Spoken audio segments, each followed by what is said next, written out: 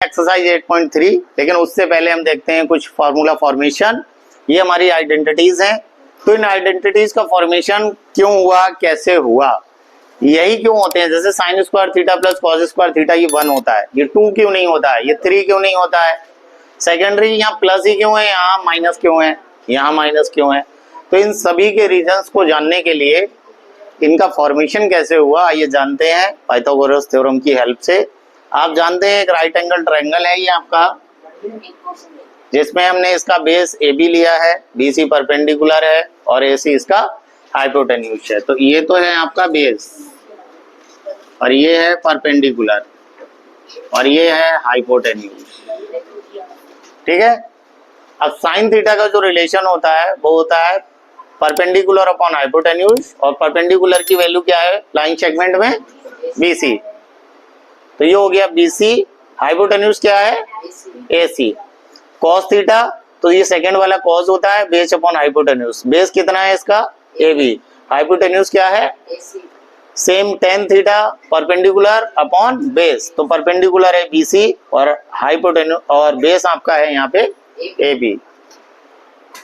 आइए पहले हम इन फार्मूलों को देखते हैं कि ये कैसे फॉर्म हुए। आप जानते हैं आपकी अगर पाइथागोरस थ्योरम है तो इसको कैसे अप्लाई करना है। AC square is equal to AB square plus BC square. हमें यहाँ क्या बनाना है, हमें हर जगह इक्वल में क्या चाहिए 1, और 1 बनाने के लिए जो इक्वल में आपकी लाइन सेगमेंट लिखी हुई है ये हटानी है। तो क्या ऐसा करें कि AC स्क्वायर, AC का जो होल स्क्वायर है इसके प्लेस पे 1 आ जाए। तो ये 1 तभी आ सकता है जब इसको AC स्क्वायर से ही डिवाइड कर दिया जाए, लेकिन ये काम आप केवल यहाँ नहीं कर सकते, तो आपको ये काम करना पड़ेगा होल इक्वेशन के अंदर। तो आपने हर एक टर्म को AC स्क्वायर से डिवाइड कर दिया, जब ये डिवाइड हो गए तो इससे ये कैंसिल आउट, इसकी जगह क्या बच गया 1। एक आपको छोटा सा क्लू बता रहा हूं, उसको जरा देखना कि इसको आप कैसे चीजों को कनेक्ट कर सकते हो। देखिए यहाँ पे लिखा है AB square upon AC square, अलग अलग है, तो हम क्या कर सकते हैं AB अपॉन AC एक साथ कर दें और कंप्लीट पे होल स्क्वायर लगा दें। ये वही वाली बात है, जैसे ये अलग अलग दे रखा है ना x square upon y square, तो आपको इसको लिखना क्या है x अपॉन वाई का, तो इसका मतलब और इसका मतलब सेम है, यहाँ भी सेम है। AB square upon AC square मतलब AB अपॉन AC का होल स्क्वायर भी लिखा जा सकता है। Secondary plus BC upon AC, तो ये भी ऐसे ही रहेगा BC अपॉन AC का होल स्क्वायर। अब आप चेक करो AB अपॉन AC किसकी वैल्यू है, AB अपॉन AC कौन है, तो इसकी जगह क्या लिखते हैं कॉस थीटा का स्क्वायर, और BC upon AC, BC upon AC कौन है साइन थीटा, तो यहाँ भी क्या लगाते हैं, और इसके इक्वल में पहले से ही हमें क्या मिल गया, तो आप समझ गए ना sine square theta plus cos square theta, या फिर cos square theta plus sine square theta, ये 1 क्यों होता है, समझ आया। हाँ, तो ये तो हो गया आपका पहला प्रूफ। अब देखते हैं इसी बेस पे हम इसका सेकेंड प्रूफ। सपोज यहीं से पाइथागोरस थ्योरम को यहीं से मॉडिफाइड करते हैं। AC तो तुम्हारे पास पहले से ही था, अब तुम क्या करो, ये प्लस का AB है इसको यहाँ ले आओ, प्लस का AB इसको कहाँ लेके आना है यहाँ पे, तो क्या हो जाएगा माइनस का AB। अब इक्वल में क्या बचा बेटा BC स्क्वायर, ठीक है ना। तो देखो आपने क्या वही पाइथागोरस को फिर से कॉपी किया, तो AC स्क्वायर ऐसे ही रखा, ये प्लस का है इक्वल के इधर आके माइनस का, और ये अपनी जगह BC जहां था वैसे ही रहा। समझ आ गई बात, समझ गए।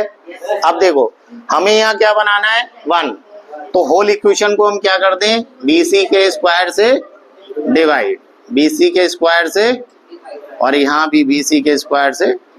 अब ये फिर अलग अलग हो गए, तो इसको आप लिख सकते हो AC upon BC whole square minus AB upon BC, यहाँ भी क्या हो जाएगा, और ये आपस में कैंसिल आउट, इसकी जगह क्या बचा।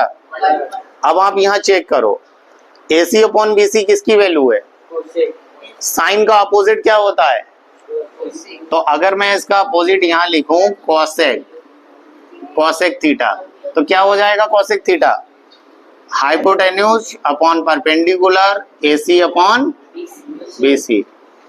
तो यहाँ आपको AC अपॉन BC किसकी वैल्यू है? कॉसेक। तो यहाँ आपने लिख दिया कॉसेक थीटा, इसका क्या हो गया? Minus AB upon BC। अब यहाँ देखो tan का अपोजिट क्या होता है?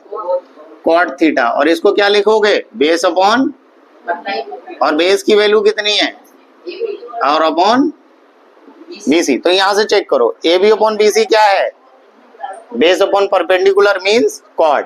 तो इसकी जगह लिख देंगे कॉट थीटा, और यहाँ क्या है? Whole square. इक्वल में क्या आ गया बेटा? 1। तो जो होल स्क्वायर है इसको ऐसे लिख सकते हो,